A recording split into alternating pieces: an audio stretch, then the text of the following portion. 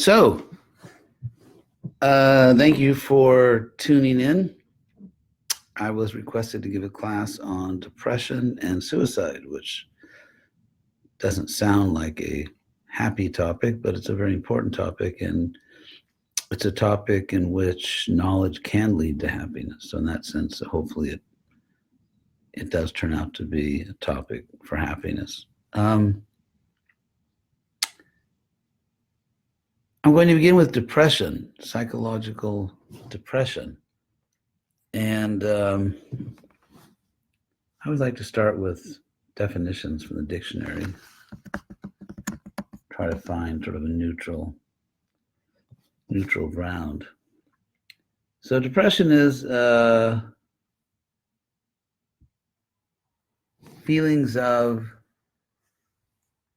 severe despondency. Just okay,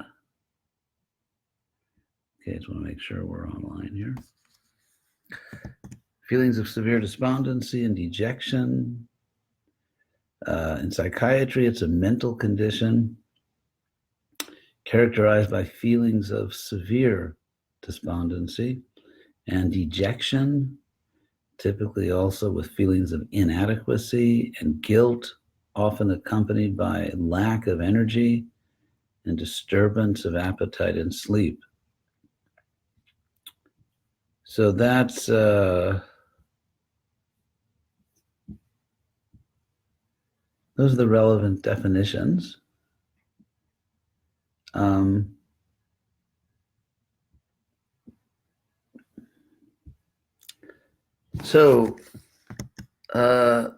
Also, I went to a simple website, typical website, probably like many others, about depression.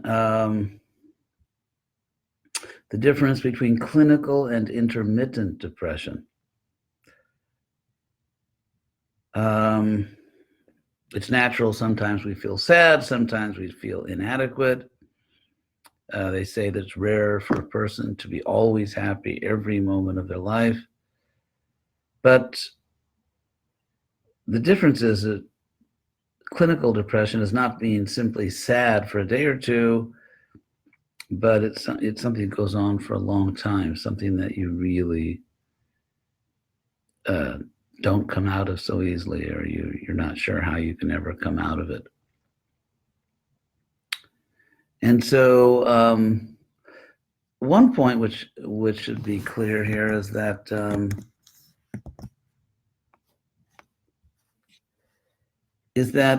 I'm not a professional psychiatrist or psychologist, and so I'm not claiming to know everything about this. I know something about it, and I certainly know how it may relate to Krishna consciousness.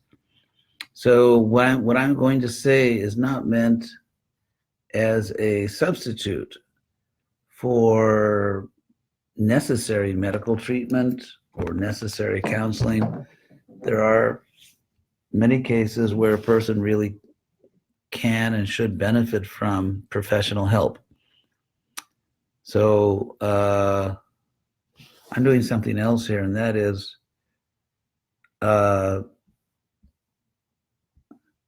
I'm trying to give a spiritual perspective, which some people may find that the spiritual perspective or applying certain spiritual principles is actually all they need, that it's enough for them. It gets them back on track. Other people will need also to seek medical help or counseling or whatever.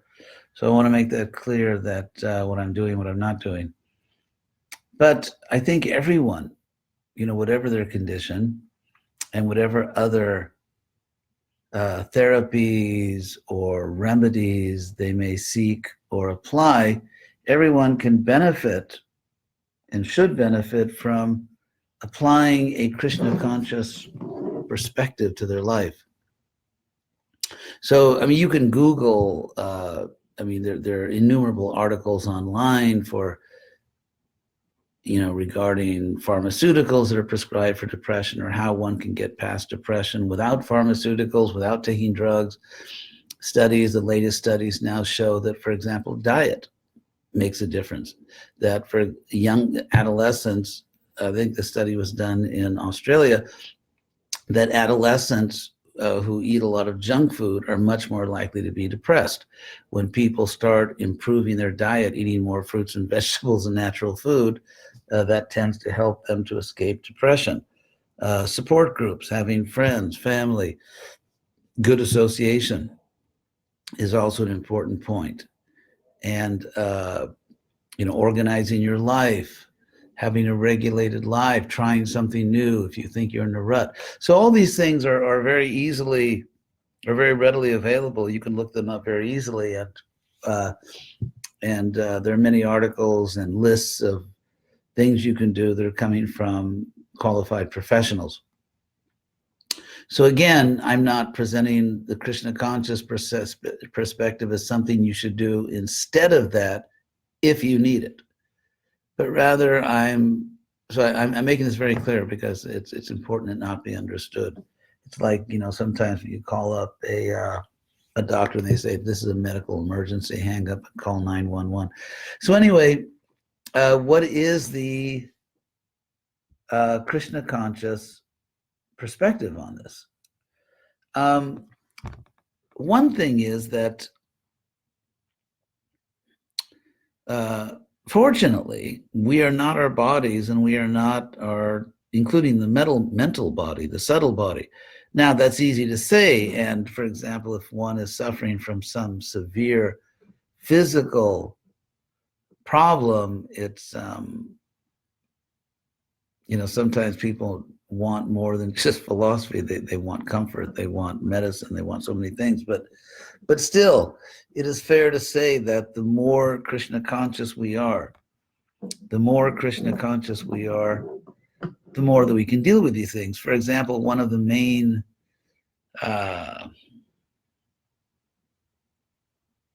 methods to overcome depression is support networks, friends and family.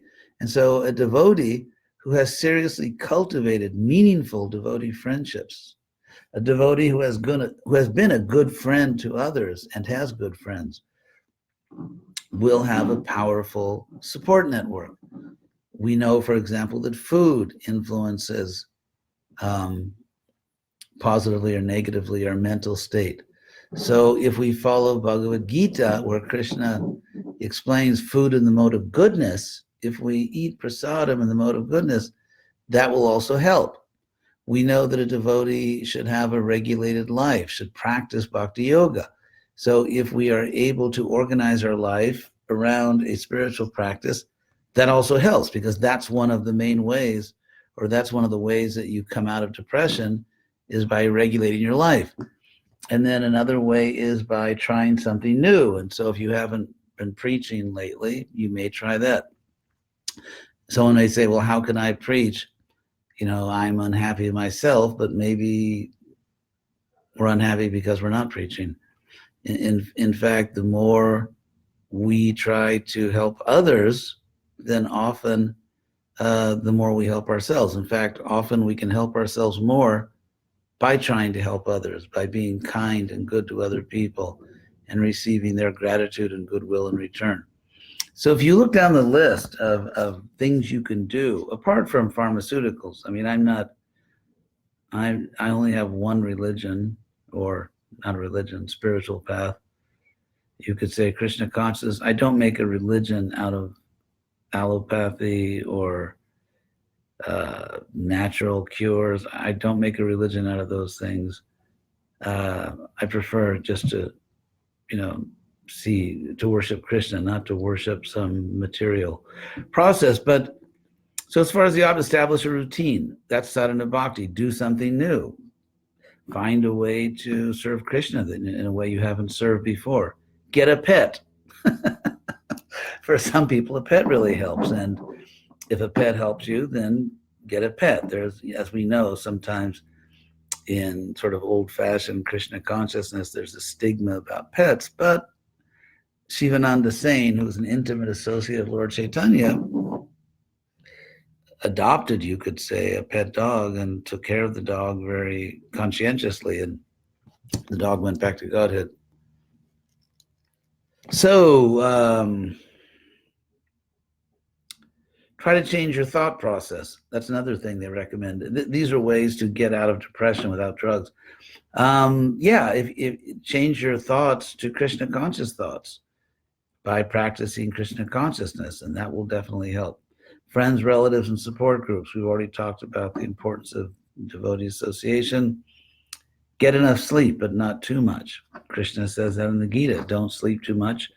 Don't sleep too little. So that one's right in the Bhagavad Gita. Exercise.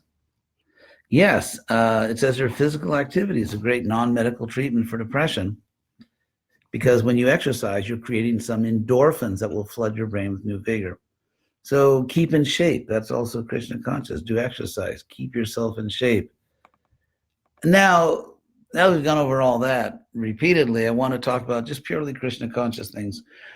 In depression, typically a person feels like I'm worthless, or nothing I do matters, or why bother? There's nothing for me in life, and all those things.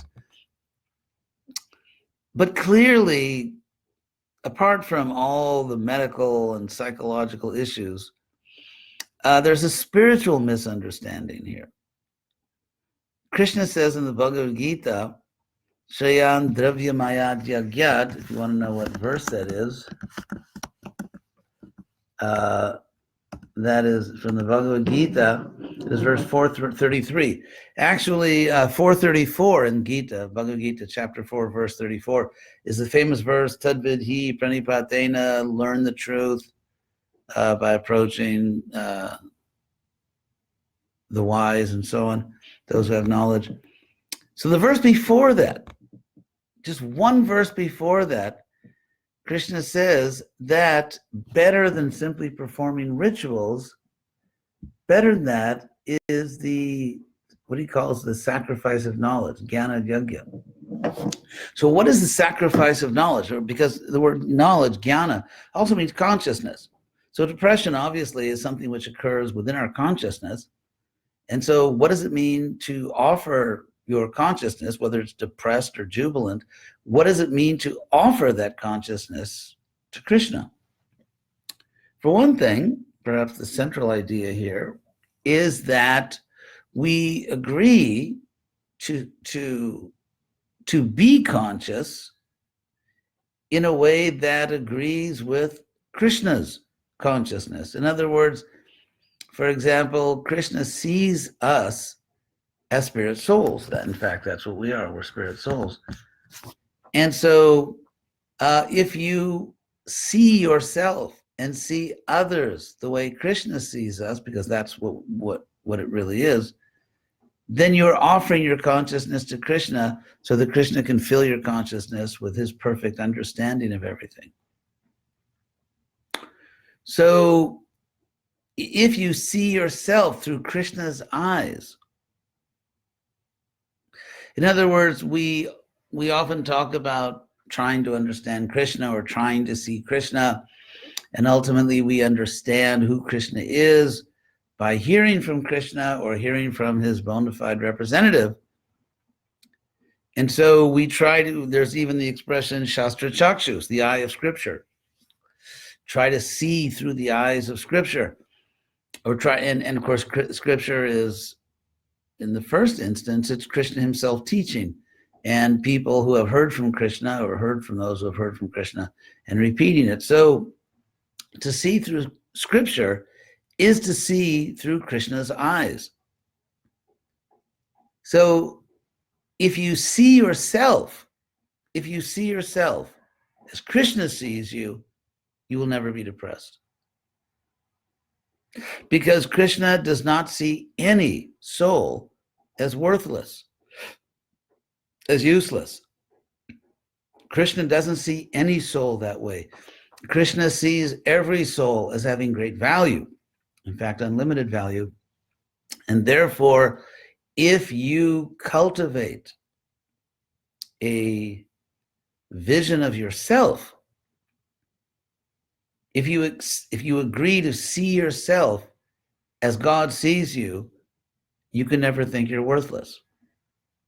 You can never think that your life is not worth the trouble, which of course gets into another related topic of suicide, which of course happened, which is a result, you could say, of extreme depression.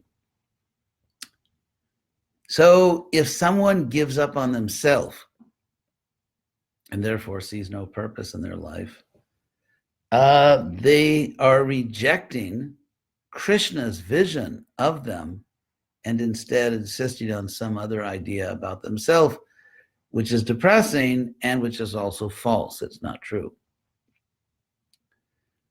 So in that sense, if we can somehow or other surrender to Krishna's vision of ourself, then we will not be depressed, and we will never. And then it in a sense, in the same Krishna conscious line, if we understand that the body belongs to Krishna, that we don't have technically a body. I mean, we do have a body in the obvious sense that we are inside a material body and we can move it in different ways, and we can make the legs walk or the hands grasp and so on. So, I mean, so in an ordinary sense, yes, we have a body. But in a higher philosophical sense, no, we don't have a body, because to have means to possess, and actually our body belongs to Krishna.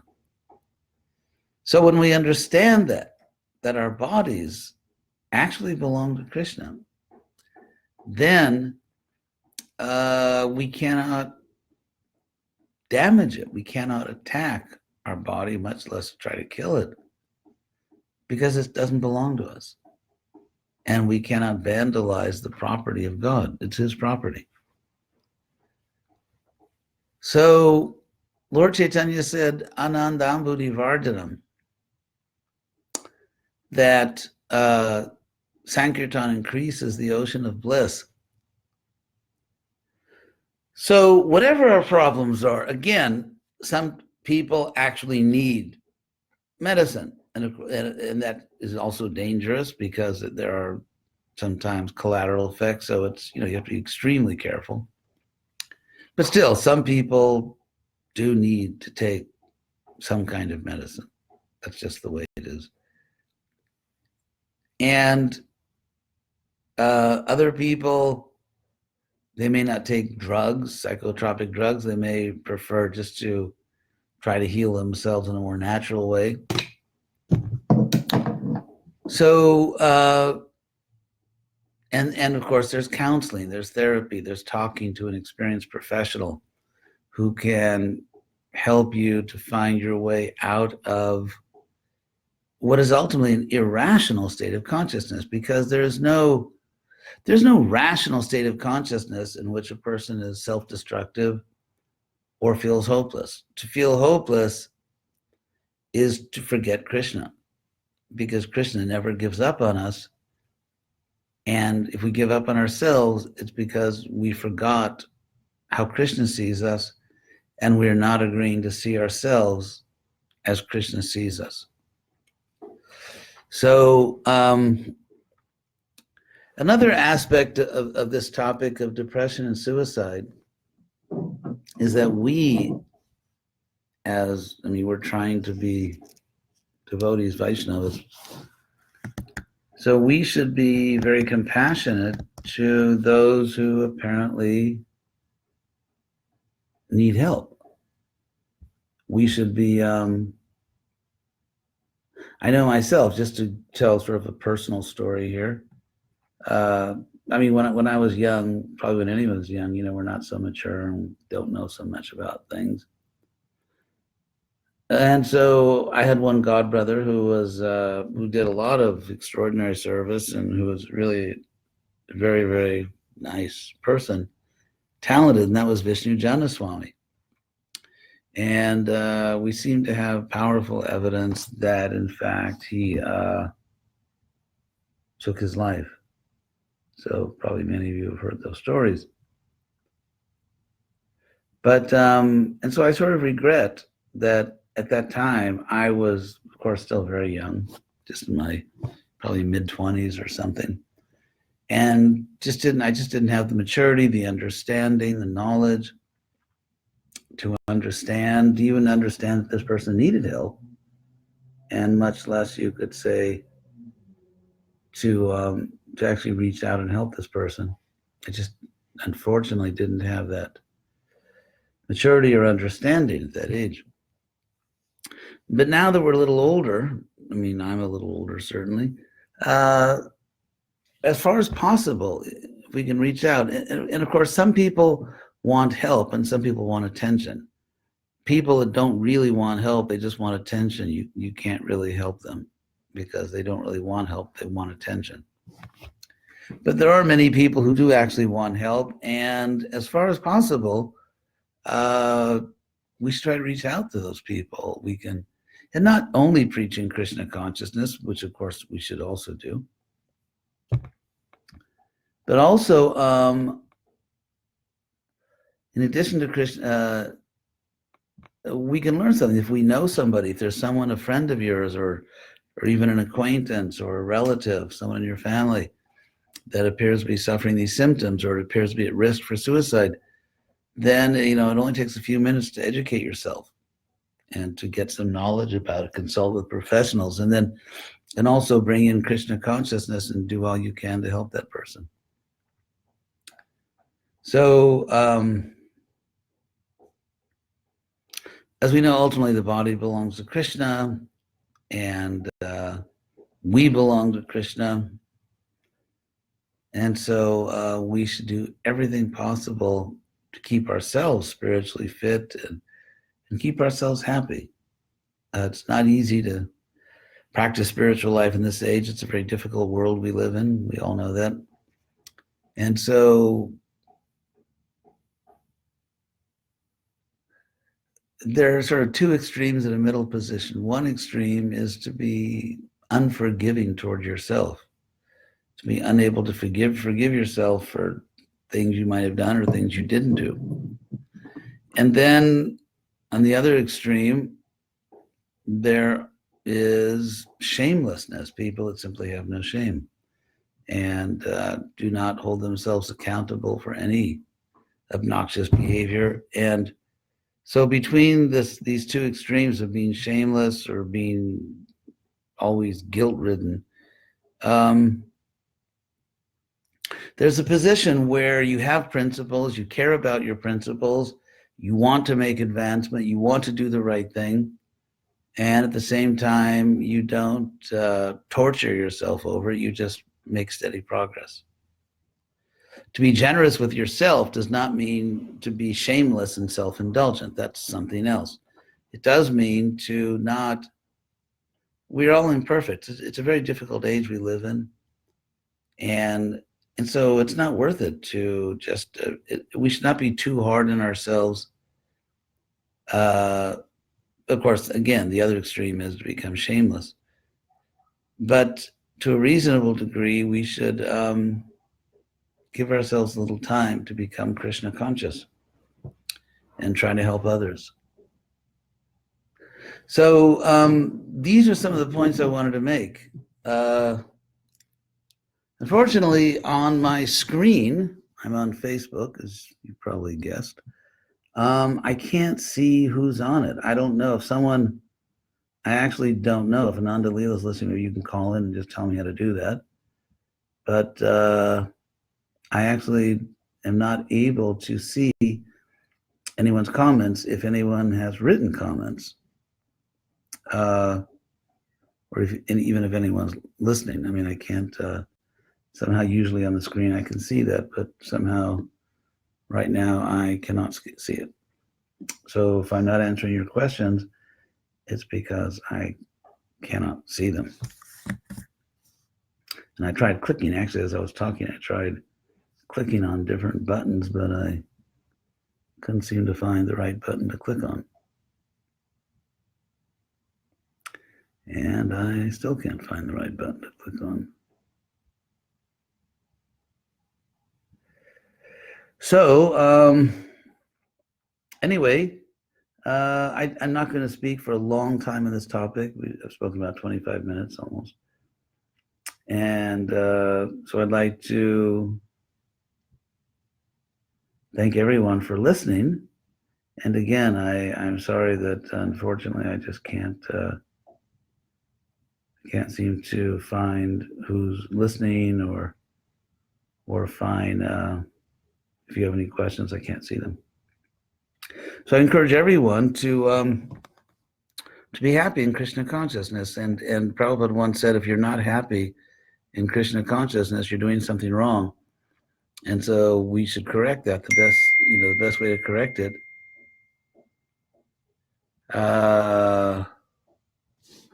is to sort of, get a little more serious about Krishna consciousness, really, and even having the faith that ultimately Krishna consciousness will solve all my problems if I do it properly. Let's see. Someone is telling me how to. Yeah, there's 68 people, but yeah, somehow or other. Anyway, I'm sorry. I just can't figure out. Maybe if there was someone here that knows more about computers, they could tell me. Usually, it appears. But in any case, it's also faith, and faith is something. Maybe I'll just end with this. Faith is something very personal. It's of course, to some extent, seeing is believing. So if we've had very positive spiritual experiences, we may be more inclined to believe. But still, you as a soul, you really have that power. I mean, you can really make decisions. You can decide that you want to trust Krishna more. It's like in a relationship. You may not be sure whether you want to enter into a relationship with another person. And at a certain point, you just decide that I'm really going to try to make this work. I'm really going to do all I can. And so we can make those kinds of decisions with Krishna also. In other words, we don't have to just sit back and wait for lightning to strike or wait for Krishna to do something amazing in our life. We actually can decide. Oh my God, did I find the messages? Let's see. Leave page. You're still broadcasting. Stay on this page. Sorry, I got my hopes up there. I thought maybe I clicked on my own name. Sorry to involve you in all my technical problems, but so you should not underestimate your own power, your own free will. You can make a decision to get closer to Krishna, to trust Krishna more, to really admit that we're all servants of Krishna, to really just accept it, because it's only our false pride that's holding us back. So we should not disempower ourselves by some kind of philosophy in which I can't really do anything about this. I'm helpless, I'm hopeless. We do have that power. We can turn to Krishna. And Krishna invites us over and over again in the Gita to come to him for shelter. Chapter 18, Krishna says, Tameva sharanam gacha. Go to the Lord alone for shelter. Sarva bhavena varta, with all your feeling, with all of your existence, go to the Lord for shelter. So we can do this. We have free will. And of course, the nature of depression is we feel, I can't do anything. Nothing will work. There's nothing worth doing. And so I think at times like that, you also have to remember those moments when you were genuinely happy, ecstatic in Krishna consciousness, and you have to trust that experience. All of us have had ecstatic experiences sometime or other in our lives in Krishna consciousness. And when we're feeling down, you have to remember those experiences and trust them, and trust that was really me. This me right now, sort of discouraged, demoralized, hopeless, what's the use? There was another me that was very happy, very hopeful. And you have to bet your money on that happy you. You have to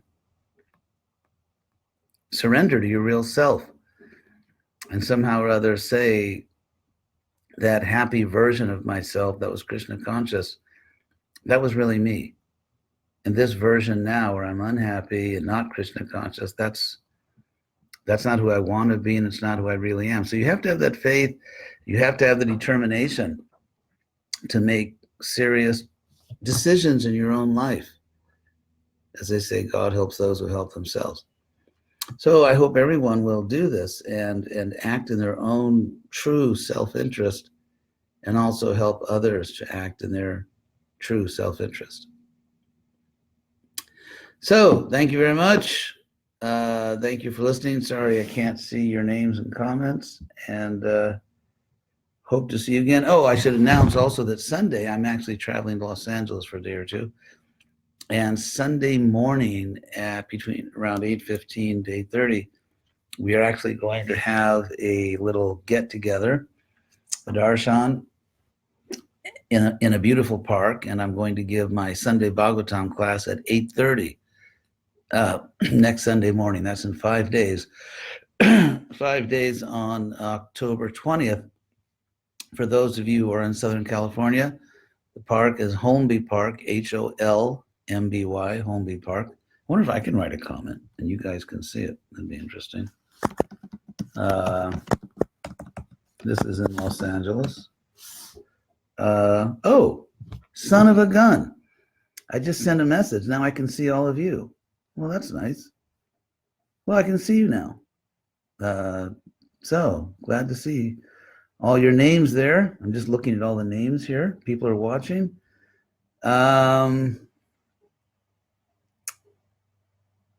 Someone quoted, "There's nothing in this world that can trouble you more than your own thoughts." True.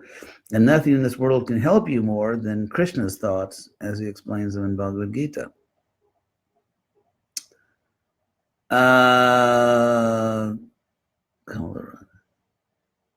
Yes, someone said, thank you for talking about this topic. Thank you for listening. So there's all this, there's all these things about empowering, like finding your own power and owning your own power. But our real power is that we're part of God, that we're actually divine beings. We're part of God. That's a big deal. Today is Teachers' Day in Brazil. So being an eternal part of God, you are actually part of God. You're like a little piece of God. That's a big deal. That's not a small time thing. So someone asked, what if it's our relationship with devotees that precipitated our depression? Two things. Then first of all, you may be associating with the wrong devotees. As we know, all devotees are not created equal, and you need to find devotees that don't depress you.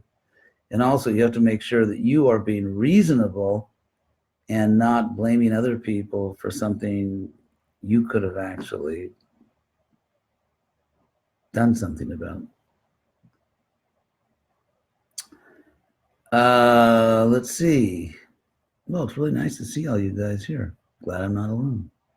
Okay, here's a question from Wellington. So you know who that is.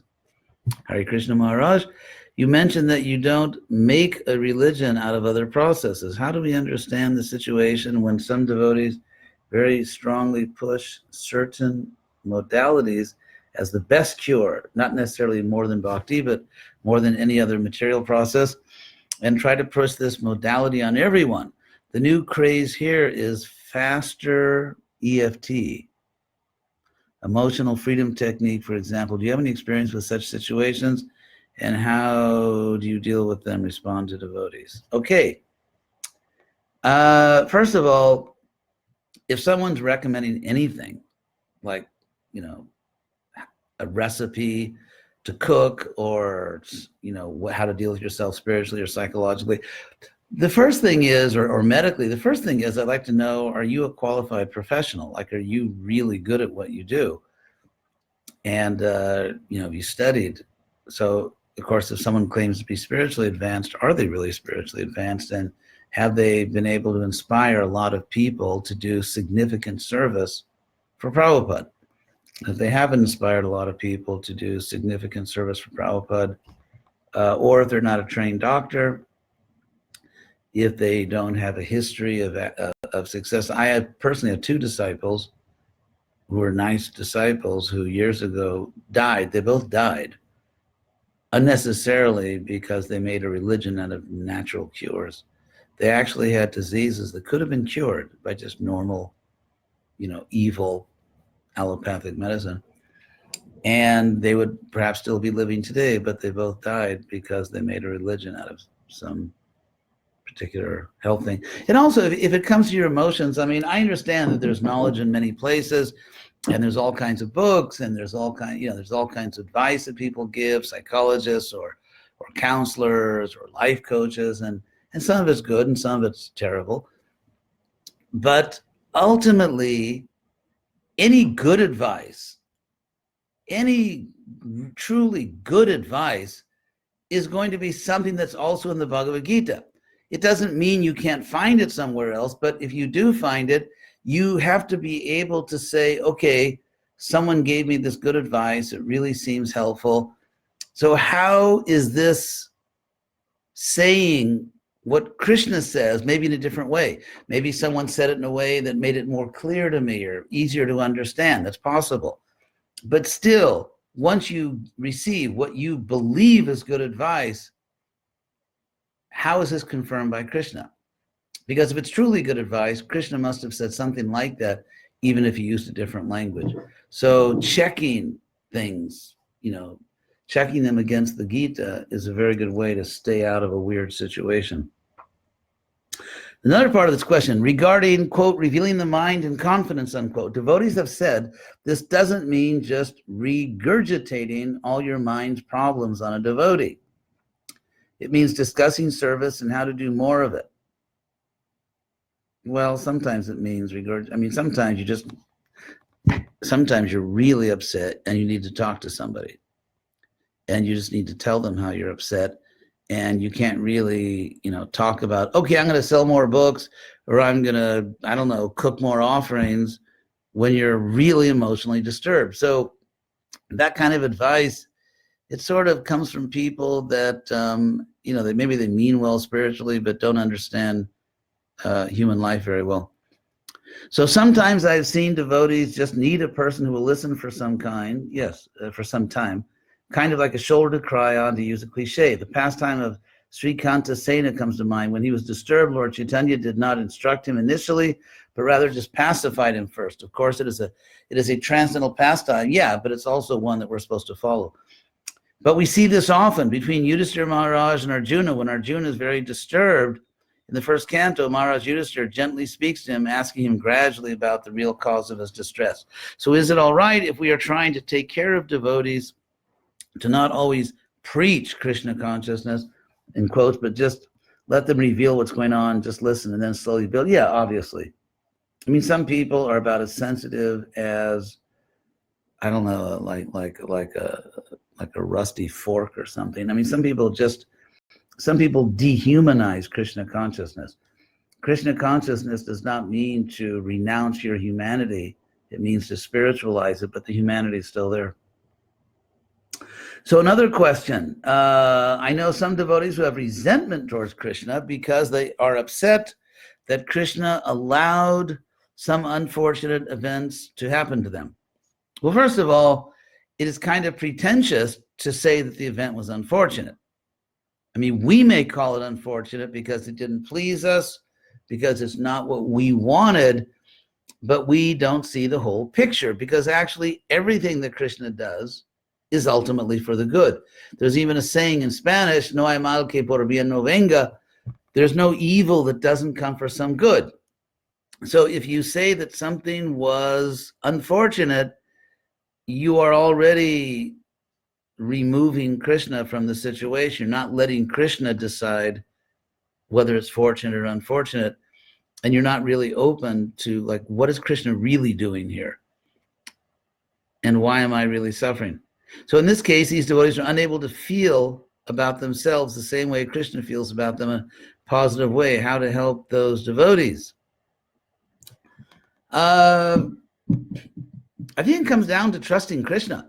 I remember when I was a kid, I've told this story actually several times, but I must have been about 5 or 6 years old. And my father took me and my older brother to a medical clinic because apparently we had to get some vaccination. And so I remember, this was in Los Angeles, we went into this clinic, And they called my brother first. My brother, I was probably about 5 years old. He might have been like 6.5 or something. So they called him into this room, the treatment room, and the door was open. They didn't close the door. So I was looking in to see, like, what are they going to do to him? And I saw they pulled his pants down and they got out this big needle to give him a shot. And I thought, I am so out of here. So I just turned and ran. I just ran right out of the clinic and I ran down the street. I just wanted to get as far away from that clinic as I could before they tried to give me a shot. And my father just ran after me. I was really small, so I didn't get very far. I remember he picked me up, I mean, in a very nice way. He picked me up and he just put me on his shoulder and brought me back in, and I did get the shot. So some people mean well, but they're not mature in Krishna consciousness, and they don't, it's not easy. I mean, it's easy to say, just trust Krishna. And sometimes we get in very difficult situations. It's not easy. But somehow or other, it's a struggle, like Arjuna had to fight. And sometimes we just have to fight to trust Krishna. But we should fight, and we should trust Krishna. It's not easy, but those are the decisions that, will determine our future. So, good old Shraddha, how can we best attain or link our vision with the vision of Shastra? First thing is we have to really understand it, not just read superficially, because there are people who read Shastra and quote verses, but their behavior is... well, you all know. So first thing is really understand it. And don't fall into this trap, which, I mean, it's a cliche nowadays that some people are religious but not spiritual. I mean, we all know people in the Hare Krishna movement who are very religious and do not seem to be very spiritual. They're not nice to other people. They don't seem to really respect other people. And but they're very religious, they're very strict in external principles, but they just don't seem to be nice people. We all know people like that. So the first thing we have to do is understand what Shastra is actually saying. Shastra is not just a bunch of rules, as Prabhupada wrote to me once. It's about loving other people. It's about loving yourself. It's about accepting yourself as an eternal person. So we have to really understand Shastra. Another question, how would you recommend someone to deal with trauma? Well, it depends. Does that person need professional help? Can that person just, be preached out of their situation?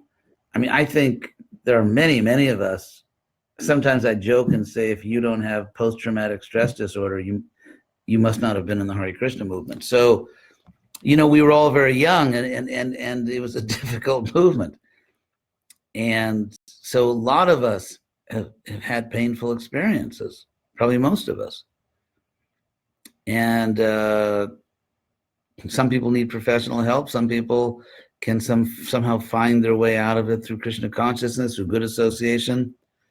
But we should reach out for help and not become our trauma. You don't want to just become your trauma. You want to become Krishna's eternal servant. So there's actually someone listening who has the screen name Irene Jellybean. I just want to let you know that was a really funny name. Really appreciated that. Question. I feel that I shouldn't preach above my realization, but that is very limiting.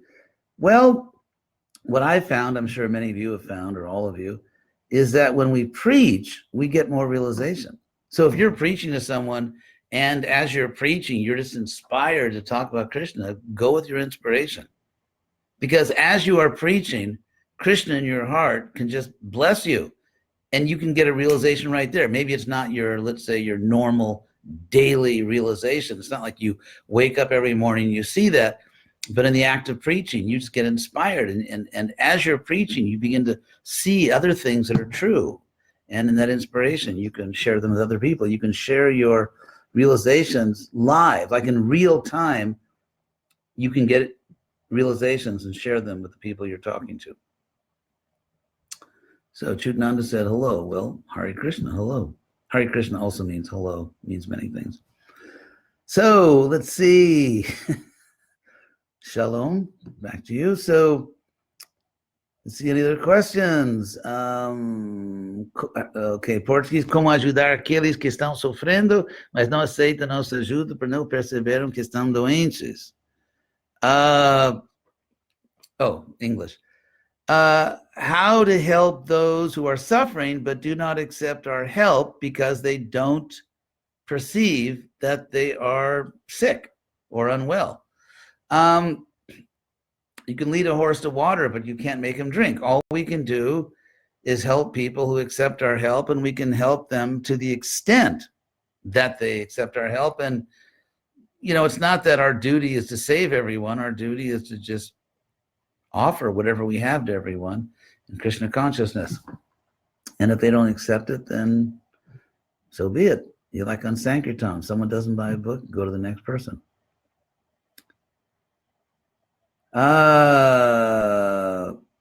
So sometimes I have the impression that if a follower of classic religions have not so much problems to see the body as created by God. In Krishna consciousness, often it seems that devotees go to a kind of Gnosticism and believe that their body is not part of Krishna and not directly linked to Krishna. Well, I hope not. I mean, if you're thinking your body has no connection to Krishna, please don't think that way. Because as we know, the body is a gift from Krishna for our own self-realization, and it's a gift we can use to help so many other people. So here's a question. Would it be overstated? Would it be an overstated cliche to say that if one doesn't try to maintain ideal, healthy gratitude, that can open the door for these negative thoughts to come in? If so, how can one have more gratitude in one's life? Frankly, when I get up in the morning and I just, am just cleaning up in the morning, I just feel so grateful that I can just turn a tap and the water comes out. I really feel grateful that I have fresh water. I mean, that I have air to breathe. I'm so grateful that Krishna has given me another day to try to serve him. So, I mean, every breath, everything is a gift of Krishna. Our existence is a gift of Krishna. And we often forget that, and that also leads to depression. I mean, gratitude is also a cure for depression. Just look at all the wonderful things we have and the opportunities we have. The fact that we exist. I mean, what if you didn't exist? What if you never existed? What if there was never a you? It's kind of what they call in Spanish, rompecabezas, head breaker. But, just think about the fact that every one of you every one of you is one of the eternal souls. What greater gift could there be? What greater value? What greater blessing than that you are an eternal soul? Krishna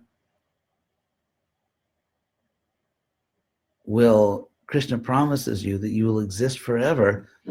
And if we just do the right thing, we can be happy forever. So we really need to cultivate gratitude. I think that's a very important point. Really cultivate gratitude. So thank you all. I mean, for all those who are sending nice messages, I'm reading them. I really appreciate it. I do. It's very encouraging, and I'm grateful for your kind words. One question. Can we pray to Krishna for financial material relief? Maybe I should start a prosperity ministry on television. So regarding that question, if your situation is really damaging your health and spiritual life, just like when in Vrindavan, when there was too much rain or fire or demons, devotees cried out to Krishna. So praying to Krishna for wealth, I want to be wealthy, I want to buy a lot of things I don't need, that's not appropriate. But if your financial situation is such that it's actually negatively impacting your health, or let's say maybe you can't give healthy food to your children or to yourself, or you don't have time to practice Krishna consciousness, so the extent to which objectively your financial situation is harming your spiritual life, your health, which is necessary to serve, then you can ask Krishna for relief. So, So, as a psychotherapy researcher, I truly believe that Chapter 2 of the Bhagavad Gita can be applied as a theoretical basis for the effective cognitive behavioral treatment of depression, anxiety, PTSD. It has all of the effective elements of value-based exposure therapy, behavior therapy. So thank you. That's from Lee. So there we have a professional confirmation about the Bhagavad Gita.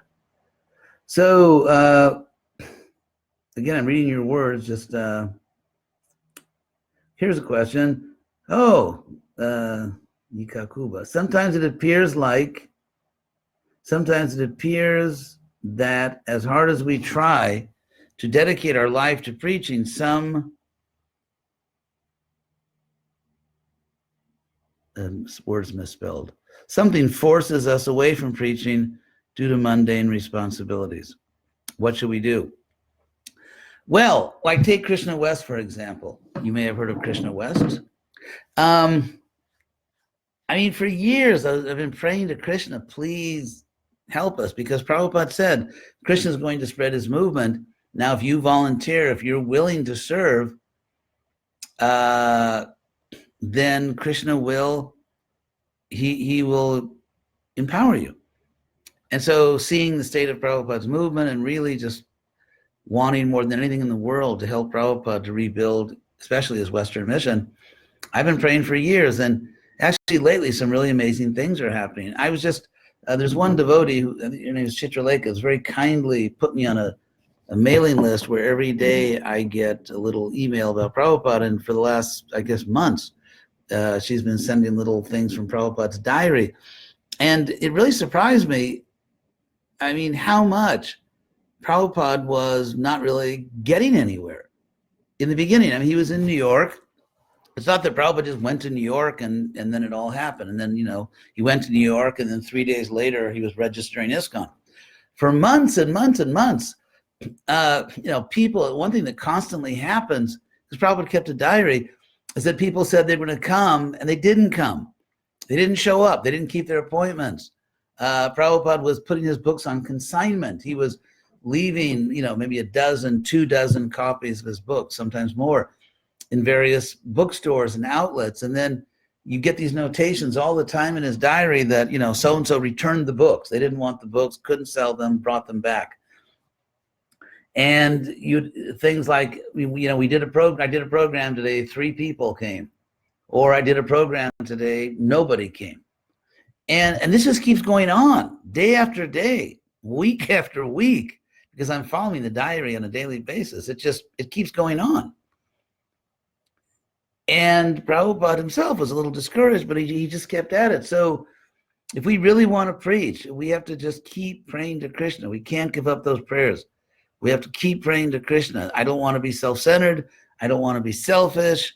I really want to find real happiness by fully dedicating myself to Prabhupada's mission.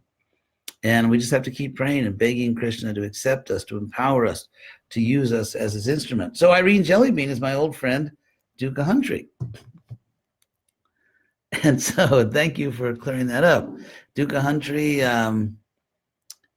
personally helped me so much back in the early days when we first started doing the Bhagavatam. She was cooking for me and other devotees, expert cook, and she was typing and doing so much work to produce the new Bhagavatam. So my god sister, who I will always be very grateful to. So let's see, anything else?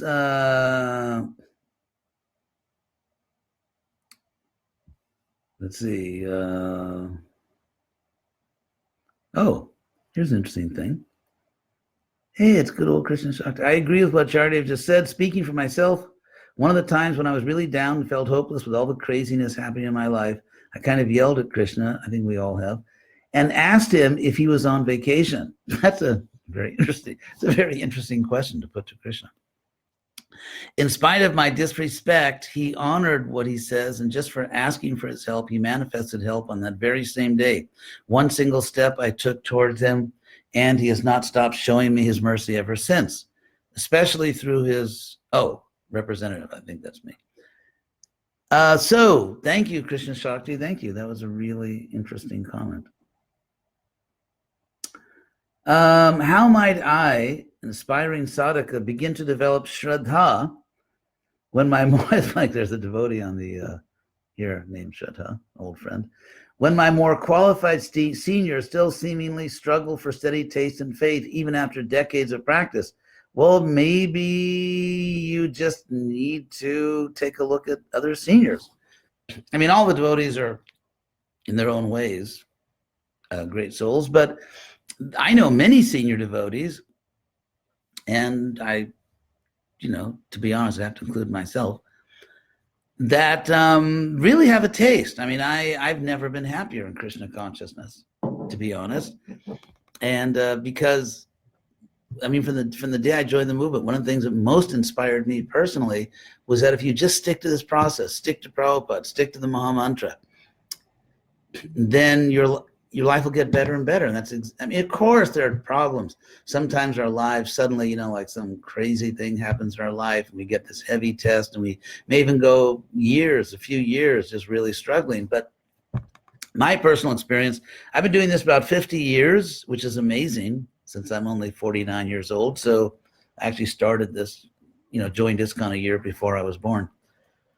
But I can honestly say that despite all the troubles, my life does get better and better and better. And even when I've gone through really heavy times and all that, just stick to Krishna. I just stuck to Krishna. And then at the end, you end up way beyond where you were before. So it's not like you suffer, you pray to Krishna, and then just go back where you were. No, you suffer, you pray to Krishna, and then you end up beyond where you were. So, yeah, there are many senior devotees of this movement, I think, maybe not millions of them, but there are a lot of devotees. Some of them are my generation Prabhupada disciples. Some of them are second generation, even third generation. I mean, there are many very good senior devotees who are setting a good example. And so go find them and you'll be happy. So, oh, you're welcome, Prabhupada Priya. Let's see. One devotee apologized for spelling mistakes. Like my mother used to say, I pray to God that's the worst thing that ever happens to you. Thank you all. I mean, for all those of you who are thanking me, I really sincerely thank you. I really appreciate that you're with me here. Oh, one devotee said, Shalom Haribol. So, Shalom Aleichem. How does forgiveness manifest long term? I guess you really stop hating the person, just to give a very short answer. Forgiveness manifest.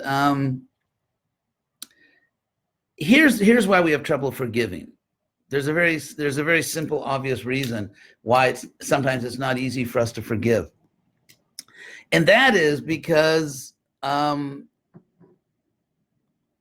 first of all, if you admit that really Krishna did it, that even though someone, let's say, acted really badly toward me, and their bad behavior is really bad behavior, and that person, at least that moment, is really a bad person. I mean, originally spirit soul, and the soul is there, but what they did is really bad. It's not just, it looks bad, it is bad. However, there's another layer. That's at the human level. At the spiritual level, Krishna used that, perhaps that reprehensible person, to, because I had to experience something. And so that person was not thinking, oh yes, I want to help this, I'm going to rip this person off, I'm going to betray this person, I'm going to abuse this person, but my only motive is just to help them to understand Krishna's mercy. No, the person was really doing something bad. So I'm not confused about that. But from a spiritual point of view, if you see that it's really Krishna, ultimately Krishna used that person as an instrument, and therefore it's not that I necessarily love that person's behavior. I mean, to be really, thank you for abusing me, I am eternally grateful. That's kind of a tough one. It may not even be healthy psychologically. But rather, I think that you should think that ultimately what really matters is my relationship with Krishna? And so that person's really irrelevant. I mean, it's like if someone sells you a ticket, let's say to fly somewhere. I mean, you can be polite, but ultimately it's not about the ticket agent, it's about where you're going. And so if someone is just an instrument, at the same time, obviously, we should avoid people who are abusive, or if people have traumatized us or abused us, or just really been jerks. I mean, if I can just use that common language. If someone is really misbehaved, then we should avoid them. We should not tolerate or accept any abuse. Absolutely not. In the name of Krishna's mercy. I mean, you do your best to get out of there. If despite all your best effort, someone still somehow or other has harmed you or mistreated you in a certain way, then, you have to think of Krishna. But we avoid abuse. We don't tolerate abuse. But after all is said and done, if you really see it as Krishna's mercy, if you really see it as Krishna's mercy, not just theoretically, theologically, but really emotionally in your life, then the person who did it to you kind of becomes irrelevant, like they don't matter. Because what really matters is you and Krishna. And there's that famous verse, that tat tenu kampan susamikshimano. There's a famous verse about that. That one who is bunjane vatma kritang vipakam, if you are experiencing, bunjana here means experiencing, if you are experiencing sinful reactions or reactions for what you've done, and yet you think, Tattenu kampan, that is Krishna's mercy. You really believe that. Tattenu kampan susa ikshamano. Ikshamano itself means seeing it. But su sam ikshamano is like very emphatic. It means like very completely or very much in every sense, seeing it that way. So su sam, these two Sanskrit prefixes make it extremely emphatic. Su sam ikshamano, you're really seeing it that way, really. Then, and hridvagvapur bir, with your heart, with your words, and with your body. Vidadhan namaste, you go on surrendering to Krishna, literally vowing to Krishna. Vidadhan namaste. Jiveta Jo, one who can live their life in this way. A person who can live their life in this way. Jiveta Jo means one who can live in this way. Jiveta Jo Mukti Pade Sadayabhak has become a rightful heir to liberation. In other words, liberation has become their right to inherit.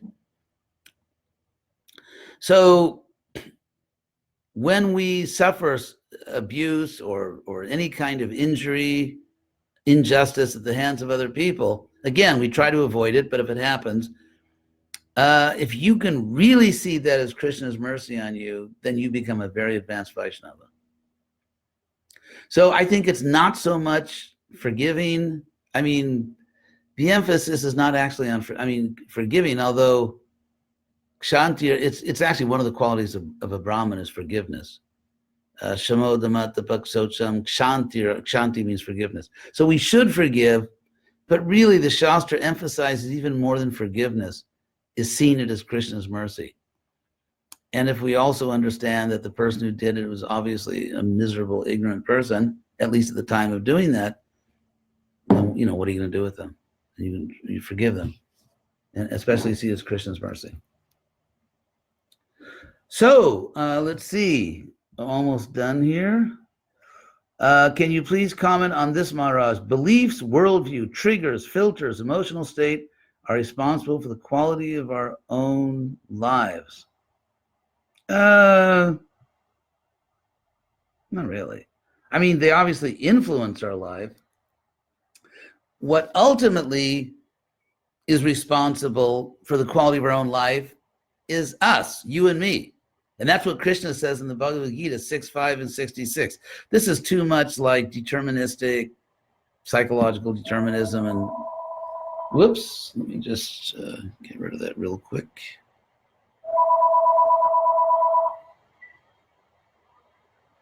Actually, the easiest way to quit it, I'll call you back in a minute. I'm in the middle of the class. Hare Krishna. Sorry, that was just the easiest way to make it stop ringing. So 6.5 and 6.6, Krishna says that ultimately you are your own, you alone are your friend. The soul alone is the soul's own friend. The soul alone is the friend's own enemy. You alone can elevate yourself. You alone can degrade yourself. And so that thing that, triggers, filters, I mean, the statement is correct in the sense that maybe we have triggers or filters because those are the choices we made. But so I'm not just saying there's nothing in that statement you sent in. I don't want to just completely reject it because maybe whoever wrote that meant something else. Maybe I didn't understand it well enough. So I'll just kind of leave that go for the moment. But what I do know is that the healthiest thing is to take responsibility for your life. Take responsibility for your life and believe that you can have the life you want if you really are determined. And that's what Krishna tells us. You alone can elevate yourself. You alone can degrade yourself. Don't give your power to other people. And even let's say, I take shelter of a guru, of Krishna. Yeah, but then that's a decision we made. To really take shelter has to be your strength, your decision. Taking shelter of a guru, for example, doesn't mean you give up responsibility for your life. I made that point in a initiation class I gave very recently, where I said, when you take initiation, you're not renouncing your adult life. You're still responsible. And the guru, if the guru actually knows what he or she is doing, the guru is not taking over your life. The guru is accepting you because the guru hopes or believes that you are a responsible person who knows what they're doing and is going to take good advice and properly direct their own life. So the same person wrote, the bad or abusive things that are so-called being done to us may actually be a blessing if we can only see Krishna's smiling face from behind the scene, and in such situations ask ourselves, what else could this mean? Yes. I mean, as in Spanish, no hay mal que por bien no venga. There's no evil, it doesn't come for some good. Things or events don't have an intrinsic meaning, we give it meaning. That's the Landmark Forum, actually. I can just say it. And actually, I objected. I went there one time as an observer at the invitation of several devotees, so I could advise them on what I thought. And things do have intrinsic meaning. For example, you have intrinsic meaning. You're part of Krishna, and everything that happens in our life is a message from Krishna. So we can't just, the Landmark Forum, I don't, maybe that's not what you meant, but there is such a thing called, you don't hear about it so much anymore, but they said, nothing has intrinsic meaning, it's just the meaning you give it. But I would say that a devotee is trying to discover the real meaning, because things have a real meaning, and it's a question of discovering the higher meaning. So it's like you said earlier, the best or the bad or abusive things are being done to Krishna's mercy. So that is a fact. It's not something we give to it. It's something we discover. It's something we accept. We accept what it really means. And everything that happens to us, everything that happens to us in our life is Krishna's mercy in some way. And that's the real meaning of it. So it's a question of discovering the ultimate true meaning of things, which is Krishna. So, from good old Jagannath, Krishna has unlimited potency. When we chant Hare Krishna, we increase Krishna's potency or pleasure. Well, it's an interesting question. Can you talk about this? We don't increase Krishna's potency. I mean, he's a pretty potent guy already. So we're not increasing his potency. We do give him pleasure. Krishna has unlimited pleasure. But out of his love for us, he is very pleased to see us doing the right thing and coming back to home, back to Godhead. So yes, we can give pleasure to Krishna, although it's not that he's unhappy, but he is pleased when we do the right thing because he loves us.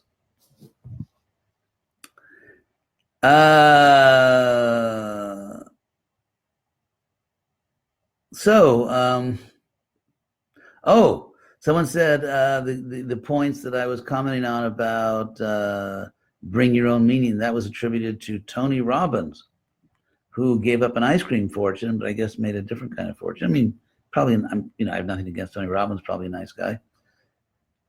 Yeah, because you see, if you don't believe in an absolute truth, if you don't believe there's ultimately a personal God, because if there's an impersonal God, then, all the details of this world, who cares? Make your own reality, all that postmodern nonsense. But if you understand Krishna, that there is a real personal God, Krishna, and Krishna, because everything that exists is part of Krishna, everything has an objective meaning, because everything is part of God. And we discover that objective meaning.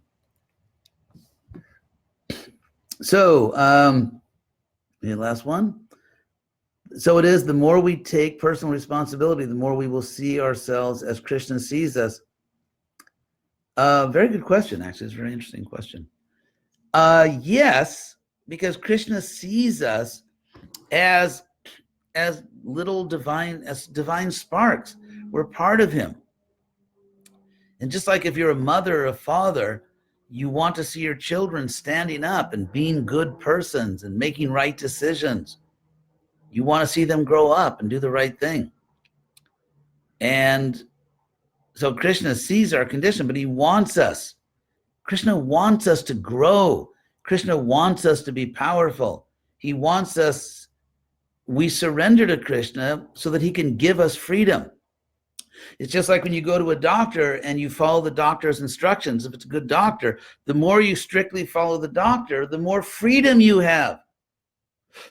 If the doctor is not a psychopath or something, the doctor is not trying to enslave you.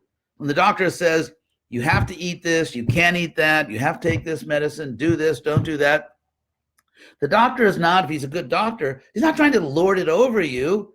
He wants to help you to become healthy so that when you do become healthy, you're free. You have your own life. You could have a free, happy life. Krishna wants us to have a free, happy life with him because we're part of him. So, yeah, we have to take personal responsibility. Blaming others, like I'm suffering because of you, or I'm suffering because of that other person. It's just, we are really disempowering ourselves, degrading ourselves.